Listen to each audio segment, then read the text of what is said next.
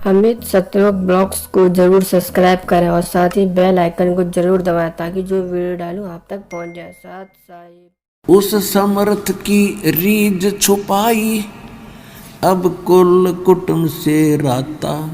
गर्भ के अंदर बचन भरे थे, कहाँ गई वो बाता। अब आके देख हमारे सामने कैसे रो रहे हैं भगवान, हमें समझाने के लिए, भांग उतारने के लिए, नशा उतारने के लिए। कहते हैं जब तू रो रहा था, नरक में सड़ रहा था, ऊपर जेर लिपटी थी तेरे मवा सारा पेट में, सांस नहीं था तेरा और दम घुट रहा था, तब तो तू कहता है भगवान तेरे बिन मेरा कोई नहीं, एक बार मुझे छोड़ दे, यहाँ से ठीक ठाक निकाल दो, मेरी बॉडी सुरक्षित रखियो, आपकी भक्ति करा करूँगा और कोई बकवाद नहीं करूँगा। अब मुझे पता लग गया है मैंने बहुत गलतियाँ की। फिर याद दिलाते हैं उसने रहम किया तेरे पे, तेरा सुरक्षित शरीर बाहर निकाल दिया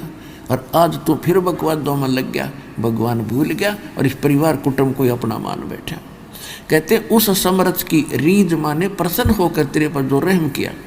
उस समर्थ की रीझ छुपाई, अब तो कुल कुटुंब तेरा इसमें लीन हो गया और गर्भ के अंदर बचन भरे थे, अब कहाँ गई वो बाता। अपने आत्मा उस मालिक ने क्या जरूरत थी आपसे ये बातें आकर कहने की, इसे गंदे लोक में आए और इसे पवित्र स्थान को छोड़ के, तो वो अपना बाप है और आप क्या समझ में ना आ रही है हमारा पिता कौन है। हम पिता मान बैठे इस काल ने जो हमारा दुश्मन है, यो ब्रह्म 21 ब्रह्मांड का स्वामी, ऋषि की कसाई की पूजा करते रहे, कसाई हमें पाल रहा जैसे बकरे पालते हैं। ये भगवान ने आके बताया अपनी प्यारी आत्मा धर्मदास जी को, धर्मदास तुम जिसको भगवान मान रहे हो यो तो कसाई है, ये 1 लाख मानव शरीरधारी प्राणियों को रोज खाता है और उसके लिए तुम्हें यह सुविधा दे रखी है। अब देखो जब तक हमने ज्ञान नहीं था हम 100 गुण गाया करते इस परम पिता की, क्योंकि आस्था भगवान में थी और आत्मा निर्मल थी, थोड़ा सा भी कोई राहत दे देता हम उसके 100 शुक्र मनाया करते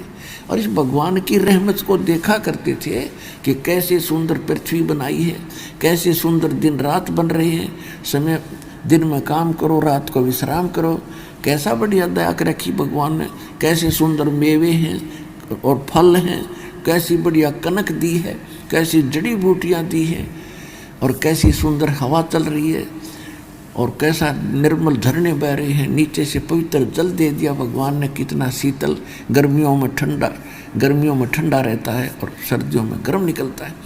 तो हम ये सोचा करते भगवान के कमाल का हित है। अब पता चला कि ये सुविधा इस काल ने हमें किस लिए दे रखी है, बड़ा रहमत वाला लगता था और फिर याद भूल जाते थे कि किसी का बेटा मर गया, किसी की बेटी मर गई, परिवार नष्ट हो गया। तो वहाँ जब अकल काम करे नहीं थी कि यूं कहर क्यों टूट रहा, फिर कई फलट आ गए हैं, कभी सूखा भूखा मर रहे हैं, कभी सूखे से मर रहे हैं। अब मालिक के इस तत्व ज्ञान की रोशनी से हमें दूर तक दिखने लग गया, दूर तक दिखाई देता है। तो परमात्मा ने बताया कि धर्मदास जैसे कसाई बकरे पालता है और वो उन बकरों को बड़ी सुविधा देता है, उनके लिए एक शेड डालता, झोंपड़ी, उनके लिए चारों तरफ रक्षा करता कहीं ये भाग ना जा और बाहर के वहाँ से कोई और हिंसक पशु इन ना खा जाए। उसी में चरागाह बनाता है, वहाँ एक तालाब भी बनाता है उनके पानी पात पीने के लिए और 2-3 पाली रख देता है उनके रोके रखने के लिए, उनको चराने के लिए। और जैसे 3 पाली रख लिए उसने नौकर, एक तो बाहर से बकरे लाकर उसमें बाड़ी में रोक देता है, एक उनको चराता खवाता है और एक शाम के समय उनको पकड़कर कसाई के पास ले जाता है। तो यहाँ के ये 3 प्रभु जिनकी तुम पूजा करा करते, इस कसाई के 3 पुत्र हैं काल के, ब्रह्मा रजगुण, ये सब इसके प्रभाव से सब संतानों उत्पत्ति करते हैं। विष्णु को आप पालक मानते हो, यहाँ के कर्मानुसार ये तुम्हें दे रहा है। और तीसरे को आपको पता है शंकर हमें मारता है, तो यो ठेका क्यों ले रखा है न। और खुद ये आपको बहुत बार दिखा देवी भागवत के अंदर कि उसमें खुद शंकर भगवान कहते हैं परमात्मा, हे माता यदि आप दयालु हो और हमें अपना मानते हो तो मुझे तमोगुण युक्त क्यों कर दिया, और विष्णु को सतोगुण और ब्रह्मा को रजोगुण क्यों बना दिया। इनको मालूम है कि हमारे भी बस की बात नहीं है जब हमारे यह, क्योंकि एक एक गुण युक्त कर दिया और रिमोट काल के हाथ में इनका, और मन रूप में ये खुद है, तो इनसे जो कुछ करवाना वो रिमोट दबा देता है, इनमें प्रेरणा कर देता है। तो इस प्रकार ये सब क्यों कर रहे हैं हम, इनको भी मालूम है क्या कैर टूट रहा है, पर बुद्धि काम करती नहीं, क्योंकि इसके आगे कोई विकल्प और अल्टरनेट नहीं था। तो परमात्मा ने बताया कि जब कसाई या उसके नौकर उसमें आते हैं ना, जो उनको संभालता है बकरों को, तो बकरे उसको प्यार देने के लिए, क्योंकि प्रत्येक आत्मा तो वही है जो कभी मनुष्य भी थी, देवता भी थे, ये आज बकरे बने हुए हैं, बकरी बनी है, तो उनके अंदर वो नम्रता, वो कर्तव्यता उनके अंदर भी है। जब वो कसाई आता है या उसका नौकर आता है जो डेली संभालता है उनको, उसको प्यार देने के लिए एक अच्छा नेक व्यक्ति मान के कि हमारी बहुत केयर टेक करता है, उसके पास जाते हैं, उसके सीने से लग जाते, ऊपर न पैर करके न सीने से लगाना चाहते, या उसके हाथों को चाटते हैं, और वो यूं देखता है और वो प्यार कर रहे हैं उसके साथ, वो ये देख रहा है इसमें मांस कितना हो गया, कौन से की टिकट काटनी है आज रात शाम को, और वो सोचते हैं अपना बड़ा नेक आदमी हमें बड़ी देखभाल कर रहा है। तो परमात्मा कह रहे थे धर्मदास, ये काल का लोक है